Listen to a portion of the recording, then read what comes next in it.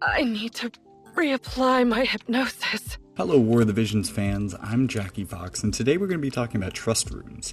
Now this is easily one of the more powerful systems in War of the Visions and definitely the most customizable, but also maybe the least used of any system in the game, just because for the longest time since this system's introduction, it's just been too complicated, too tedious, too RNG focused, and all of that. And a lot of people avoid it because of its perceived difficulty. But I want to make it super simple in this video, and the first is by noting that a recent UI change that's encouraged me to finally make this video, and also technically made it possible at all, is that now when crafting a new trust rune, you can select two of the possible passives at maximum potency. This means that no longer do you have to re-roll for exactly the passive you want and re-roll it until you get it at its highest potency as well, then roll an entire another stone this way, merge over to have the two that you want. You can just pick them out, and this makes the system so much easier, in addition to a few other little quality of life changes that I noticed in my previous video, which goes through all the ins and outs and all the general conceptual ideas behind utilizing the system. But in this video, I want to make it even simpler for you, and I want to show you first a couple of recommended stones. So these are going to be, basically I just pulled these out of my last video. I had kind of shown a couple recommended builds for general types of characters, and what I've been doing is each account I'll build these stones first and then build any extra stones I need for specific characters, because a lot of my builds leave enough stones open that you can customize to specific characters, and some characters, because of their equipment, won't need certain things that are in some of these builds, so you'll have to make a specialized stone for them. But if you craft all of these stones, you'll be surprised at how many holes it fills and how many times you'll be able to use these across your characters. So starting with eye stones, and we're going to start with our defensive side stones, you want a luck stone with luck and agility debuff weakening. You also want a luck stone in eye that is luck and blind resistance. Now the one that is luck and blind resistance is going to work more for accuracy builds, and it may also be a little bit more helpful for high faith luck characters, but really this is meant to go into an accuracy build, whereas the first one is meant to go into evasion. For my more general build, this is one that I use probably on the most characters. If they don't have any natural healing power, I use an HP build with 10% HP and agility debuff resistance as well. Then for characters that need healing, defensive builds tend to be the best, so make a defensive build eye stone, I think it's inspiration, with curse resistance and HP up, to both pump your HP as high as you can get it, but also keep people from stopping you from healing. L has a few less options. For a luck build, especially if you have high faith or just magic style evasion characters, Elena being the best example of this, you definitely want null confusion and null stop. This is going to pair with the P stone, which is null disable and null sleep. All characters may not need this. This isn't as important for physical evasion characters, which are the majority of them. So these are a little bit optional, but personally I even put these on my physical characters because all of these statuses, these are the 4 in the game, which will stop you from dodging. So if you can stop these from going off, you can basically plug a critical weakness, even though it isn't as big for physical units. Continuing with L, for my general HP build, I'm going to go with element debuff resistance and damage debuff resistance, or all attack type debuff resistance. With a lot of shreds in the game, even though a lot of these don't necessarily apply to this, like AoE and unit resistant shred, there's not anything you can do about that with trust rune passives, but these give you a wide spectrum of resistances to some of the biggest damage enablers in the game. And then the L for your defensive build is going to have the same passives. These are just generally very helpful for you, and since they cover every type of damage and every element of damage, it's very likely that one of these will come into play in a lot of matches. So they're good general stuff. Then for P, I've already talked about the luck build for your evasion setup, but also finishing off the defensive build, this is another optional stone. This is going to be null silence and null poison. Null poison is even less useful here. You might even use null berserk instead, but null poison works if your character has regen in their kit, or can be regen, because poison can nullify that. But also, silence is really important for magic-based characters. It's not important for physical characters at all. It's completely irrelevant to them, and they're even less likely to catch it. So this is a pretty optional stone, but if you tend to run more magic-based characters, this can be a really helpful one for you. Then looking over at the attack side, so if you're trying to maximize your defense penetration, you're trying to get that extra 20 through the rune system, 20% attack on an attack stone with 10% defense penetration. If you get that full set, you'll get another 10% defense penetration. So that'll be a full extra 20. So if your character, for whatever reason, after buffs or just after passives, maxes out at 80% and doesn't have, or you don't want to use a piece of equipment to get them to 100%, this will get them there. Similarly, you could do the same with a magic rune, spirit penetration, and magic 20. This is going to be kind of the magic version of that. And to be fair, you might also want to build these same stones in speed. Just because I think they're more, like, I don't necessarily like attack and magic sets, but they do have a place there and in some other cases, but they're not my favorite, like, category of runes generally. If you're going for an accuracy build, this is going to go with the luck and blind resistance eye stone. This is going to be your accuracy or aim stone. That's going to give you accuracy and critical damage up. You could also do critical rate up. There's a couple of other things that could work here, but this one tends to work with the most other builds.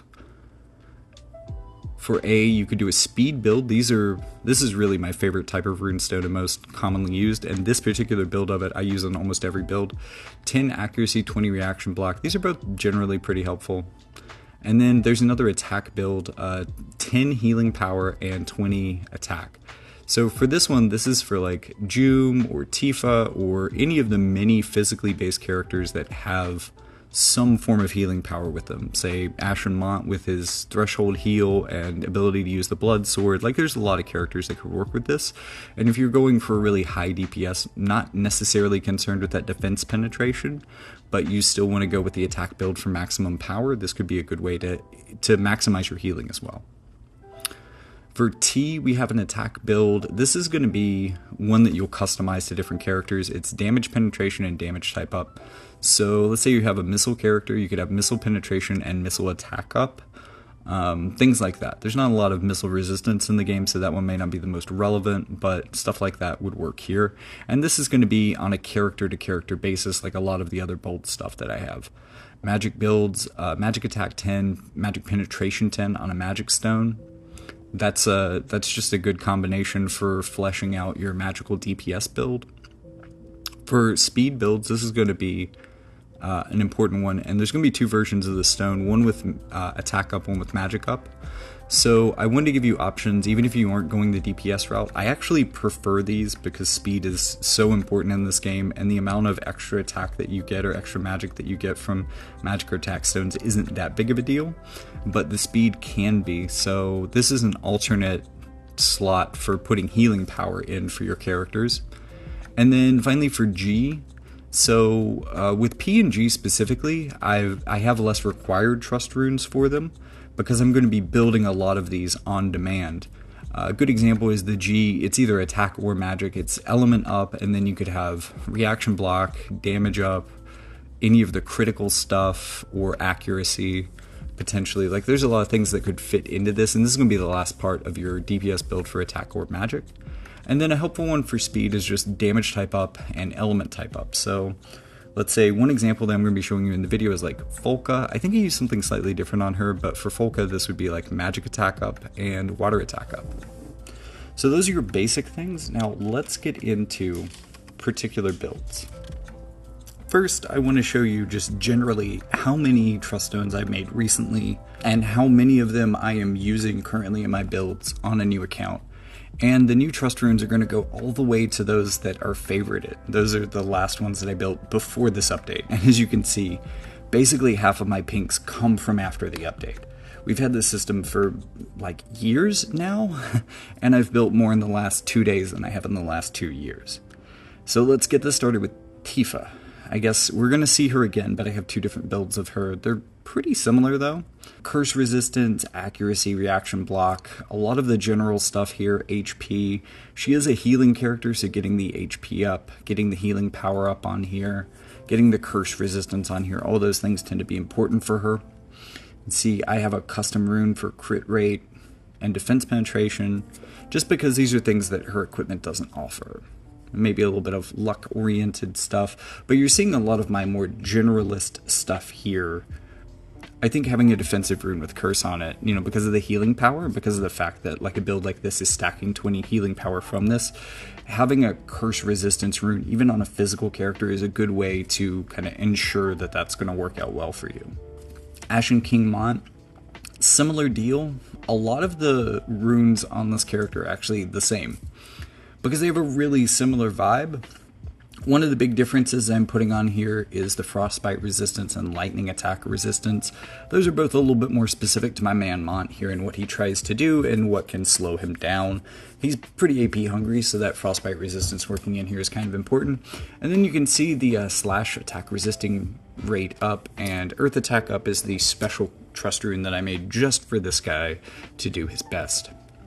For strategist Oldoa, again, it's kind of similar things, except that I've focused more on magic and healing power on the offensive side.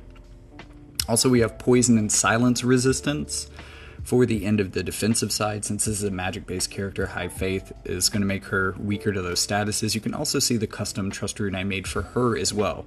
Again, a lot of my Gs have been customized specifically for the character that's wearing them.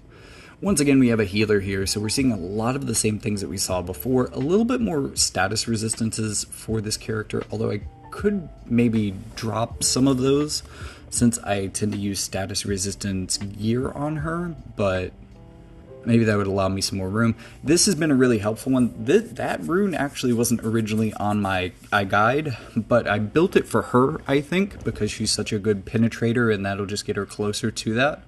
But an important thing I want you to note here is that for each of these I have a set of favorite equipment, and that set of favorite equipment is going to tell me and also kind of reinforce the build when these settings are imported.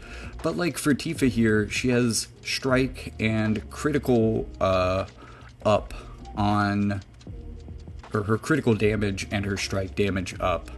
So I gave her critical hit rate, I didn't give her any strike damage. For each of these characters, they're going to be getting certain things from their equipment, and I've tried very hard specifically to keep that stuff out of their runes. I don't want any passives going to waste here.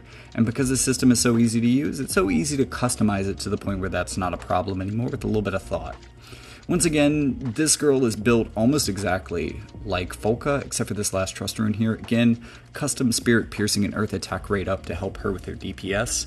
I didn't intend to do one for Melnia, but Melnia being the first non-healing physical character here, you're seeing a little bit different. I'm going for more my generalist HP build, so she's going to have more HP. She's also going to have more elemental resistance in other builds, but she also won't have the same potential for really high healing power. But that's going to give me room to put some other stuff on her that can also help her in other situations. Jaden the Celebrated is, well, let me go ahead and finish her equipment too. The death penalty is unfortunately the only good gun I have on this. I don't think it's necessarily great for her in a lot of situations because its bonuses only work after something's KO'd, and I feel like in most of the places where you need good equipment and builds, that's not helpful, but it's what I got. So Jaden here, we're going with a couple more status resistances than some other characters, but also generally some of the same stuff. Actually, I could see me moving this guy over to HP. I think my other build of Jaden is centered around HP stones. He doesn't really heal a lot, so he doesn't need the defensive stones and the extra healing power. And then Renoa, I mean, you've seen a lot of my healing builds so far. You know what's going to be on a healer at this point. You've kind of seen this exact build multiple times. I am actually using kind of a different set of runes on this character, and that one was wrong, so let me fix that. I don't use Reagan a ton. I don't even think I've done a lot to actually fix his build-up, so you're seeing kind of what I had best at the time. Galzak, though, I don't think I've customized him recently, but I did customize him when the curse update came out. I think that's the only stone I changed. His stuff is still pretty good. I don't have a lot that I would want to swap in here. The ability activation time rate for him is pretty important, even though for a lot of newer characters it's not as big a deal because of their kits, because of their passives, etc. That's kind of important for him. Bradley here is running luck because I want to maximize his evasion a good bit. The speed also increases my evasion and my agility, which is going to help my evasion. So this is just giving me a lot of set bonuses. I don't know why my sleep resistance doesn't show up here, but he should have sleep resistance because I am running resistances to all of the statuses that could trip him up. Also some kind of DPS focused stuff, but a little bit different than what I've been using on other characters, just because that seems to fit Bradley a little bit better. As you can tell from her low bravery, I don't actually use Uriel. I got her way too late for her to be useful, and I don't... Yeah, light attack up, I definitely haven't customized this character. So let me fix her up for you to kind of show you how we could improve this. Like, light attack up obviously isn't the way to go. Let's go with our more general rune. Accuracy and reaction block rate is great. Let's see if I'm using any of that stuff on the other runes. Okay, there's accuracy here and missile attack up, so both of those are useless now. We're going to have to find something completely different. That could work. I know I think I have critical damage in the middle. Yeah, I have critical damage, so critical damage, critical hit rate, those will work together. Yes, this build has been fixed, and as you can see with the right stuff, it's pretty easy to fix. Although, looking at this, maybe I should change the reaction block rate, as she's already getting that from her, but I already have critical damage up. So she's getting that from her equipment, so I'm looking for accuracy with a second passive that I don't already have on this build, and... now I have a lot of critical damage, so maybe I could switch this one out now, since the critical damage is going to be the overlapper. And sure, that's good enough. Not necessarily my preferred stuff. She doesn't necessarily have any healing in her kit or in her build, but she could potentially have it. Definitely haven't built Resnick the Hoppy, but let me just go ahead and finish equipping her. Just go for maximum evasion. I think that's probably the best way to play her. I'm not sure that this is the best gear. Maybe I should go for highest agility, since that's properly going to help her evasion in ways that haste won't, or might not. Okay, Alaya Rundle. I feel like I've worked with this character. She doesn't have healing, so I'm giving her an HP set because I don't have to worry about the healing power up.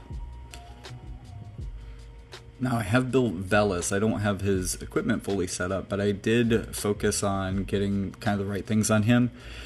And you'll see he's really similar to my other healers, except he's got kind of those penetration things to help him with his damage as well. Moving on, let's talk about Sephiroth. At least Advent Children Sephiroth. So we've got curse resistance, a lot of exactly what you would expect here. Again, you know what kind of some of my favorite passives are. Berserk resistance is a little off here. Also, there's no, that's complete. That stone is almost cursed. That's almost unusable. Wow, I really threw some crap together back in the day. And that's kind of a testament to how bad the system was. You just kind of took what you got sometimes because it would take days to fix problems if they arose. But it looks like maybe I haven't done everybody here. Let me find something that's going to work better for Sephiroth. But I gotta know what's in his kit. I don't need evasion because that's going to be on the gear. Critical hit rate is also going to be on the gear. Pretty much anything other than that. So I have a lot of DPS options that would be helpful for this guy that I could fit onto the offensive side, since that opens up a lot of things. Like, you know, the slash resistance penetration rate is actually kind of cool here. Maybe with defense pen too. Here's defense pen and critical hit rate. Critical damage, I think, is the one actually kind of like the attack defense piercing rate. I don't think he has either of those in his kit, so that should make this quite AP. Damage limit up, yeah. I think that sets this. This is good now. Although, again, Berserk resistance and Earth attack isn't my favorite, but it does make sense against certain meta units that I play him against, so I think I'll just leave that. Ashen King Mont, we've already seen one of these. This build is basically exactly the same because it's running off a lot of the same kind of general stuff here. Except maybe I'm going to maximize his healing power here. And to do that, I'm going to switch from HP runes over to defensive runes. So this is going to give him more healing power. Again, because of the set bonuses. Since he doesn't have a ton of healing in his kit, and some of the theoretical healing that I'm considering here is coming from his sword specifically, if you're not running that, maybe an HP build would be pretty good for this guy. I mean, I think it works well on him, but for any character that can really heal themselves effectively, and he can, like, another good example, you know, this is kind of the same way I built Snow, even though Snow maybe has even less ways to heal himself than Mont does. He also has a threshold heal, but he doesn't even have the ability to equip like a weapon that allows him to drain HP. I mean, of course you could like put Uriel's Rubus Battle Dress on him or on someone to get that effect onto him. But, you know, basically he only has so much healing, but it's so good and can bring him up so well that you kind of want to maximize for it. Like, there's a lot of effect to giving Snow healing power, and I think the same works for Mont. But again, I think he's just on the cusp enough that you could consider running HP on him. I'm just making sure that the kit is good, and I'll make some fine adjustments. This is, you've seen it on almost all of my builds. Unless someone has accuracy or reaction block rate, like, on their equipment, I will generally use that stone, as it helps in most cases. Attack and defense piercing rate, that's a good secondary one. It's going to be good for keeping his damage up. And then critical and healing, so that's going to bring the healing into this. It looks good. Moving on to Veritas of the Waters again. This is probably going to be a really similar build to the last one that you saw for her. Except that in this case I've gone more of the water attack up route. I don't think I did that previously, but she has a lot of the same DPS elements. I think maybe this one is even more focused on damage. Veritas of the Heavens. So this is going to be a good poster boy for the HP runes. Again, this is a character that doesn't really have much in the way of self-healing at all. I don't really think he has any. He might have like regen somewhere. I don't know. I don't think so.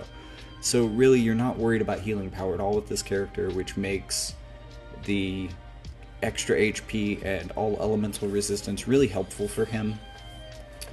Astrius the Erudite Bolt, similar story with him, so we're going with HP runes here. You're going to see a little bit of a different lightning attack up. Some things have been slightly customized for him, but this is kind of my generalist HP build with some added bonuses and filled out a bit. Also pushing that damage limit up so he can really hit people hard. It's also going to help him in PvE for building like long chains because he has some chaining moves. So for Helena here, we're going kind of with the same build that I've been using on my healers. I'm sorry if some of this is getting repetitive, but I'm also going in with Berserk Resistance, Light Attack up. Those things can be pretty helpful for her. Stern Wing of Destiny. I've fully reincarnated this guy, so I've definitely built him up. And for him, again, not a lot of self-healing, so we're going with the HP set. Basically, everybody's been running agility for offense. It's great. Like, I use these stones more than anything else. Almost any other option for me on offense feels niche because of how good these stones are. Just having the 6 extra agility is a big deal. You're seeing a lot more status resistance here for Addison, but also I can tell that some of my runes aren't right. So let me fix her up a bit. Oh yeah, that's very wrong. This could work very well for her though. She has a good penetrative like DPS type. A little squishy, maybe a little bit like supportive glass cannon. She was a very interesting character if you were playing when she came out. Definitely a fun one, interesting one to build even today. Even though she doesn't quite keep up the way that she used to. Although she's always been a little iffy.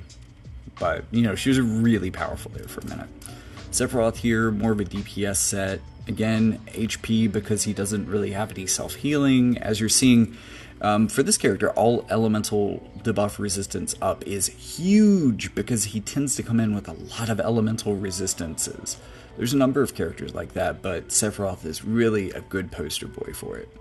And then moving into Sylvie's build, you're going to notice a lot of the same things that I keep doing on healers, a lot of my favorite stuff, poison and silence resistance as well, but also like light attack up critical damage to help her do some damage, as she can kind of go both ways. And for our last account, let's take a look at a different build of Tifa. Not sure why this video is suddenly kind of blurry.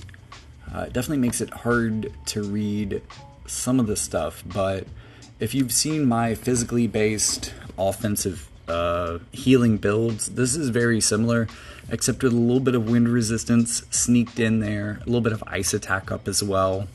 Help her specialize in that kind of way. June the Spring Celestial, probably, I'm guessing this is basically the same build. Instead of resisting wind, we're resisting fire here because she's a water unit, so that's really going to help me in combination with the curse resistance into fire teams. She does really well at hunting fire teams. Some lightning resistance up too, just so that people can't counter her as easily. She can be difficult even for lightning teams. Defense penetration / attack piercing, just help the penetrativeness of her damage.